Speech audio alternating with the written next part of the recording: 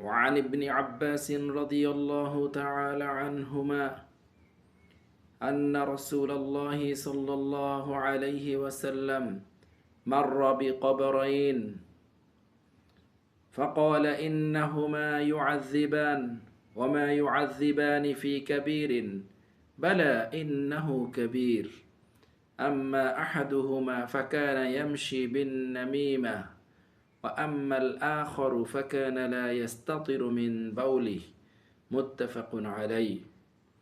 হযরত আব্দুল্লাহ ইবনে আব্বাস রাদিয়াল্লাহু তাআলা আনহুমা হতে বর্ণিত, নিশ্চয়ই একবার রাসূলুল্লাহ সাল্লাল্লাহু আলাইহি ওয়াসাল্লাম দুটি কবরের পাশ দিয়ে যাচ্ছিলেন।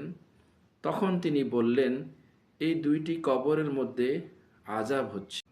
বাহ্যিকভাবে তা বড় কোনো পাপ নয়, অর্থাৎ তারা এই দুইটি পাপকে তেমন বড় পাপ মনে করত না।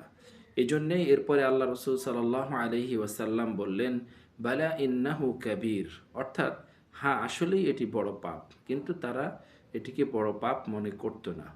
তারপরে আল্লাহ রসুল সাল্লাল্লাহু আলাইহি ওয়াসাল্লাম বললেন, আম্মা আহাদুহুমা ফাকানা ইয়ামশি বিন নামিমা, তাদের মধ্যে একজনের অপরাধ হচ্ছে সে নামিমা করত, অর্থাৎ একজনের কথা গিয়ে অন্যজনের কাছে সত্য মিথ্যা মিশ্রিত করে লাগিয়ে দিত, যাতে করে উভয়ের মধ্যে ঝগড়া বিবাদ সৃষ্টি হয়। এই জন্য তারা সে একজনের কথা গিয়ে অপরজনের কাছে লাগাতো, যেটাকে আমাদের দেশে আমরা অনেক সময় বলি কুটনামি বলে থাকি। তো তা একজন নামিমা করতো।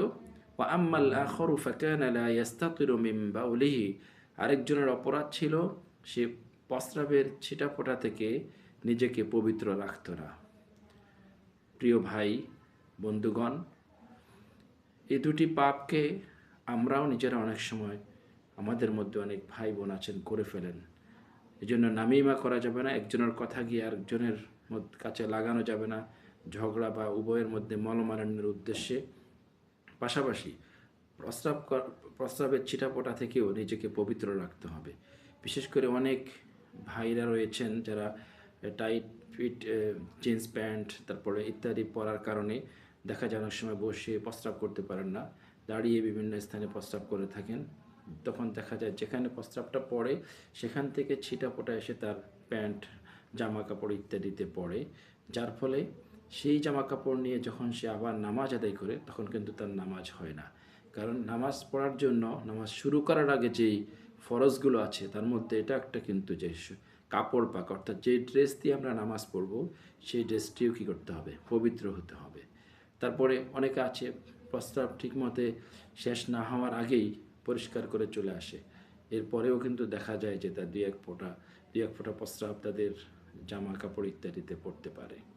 এই জন্য এই দুটি পাপ আমাদের কাছে তেমন বড় পাপ না হলেও এই দুইটি পাপের কারণেই কিন্তু ওই দুইজন ব্যক্তির কবরে আযাব হচ্ছিল। এই হাদিসটি সহিহ মুসলিম এবং বুখারীর মধ্যে রয়েছে। মহান আল্লাহ আমাদের সকলকে আমল করার তৌফিক দান করুক।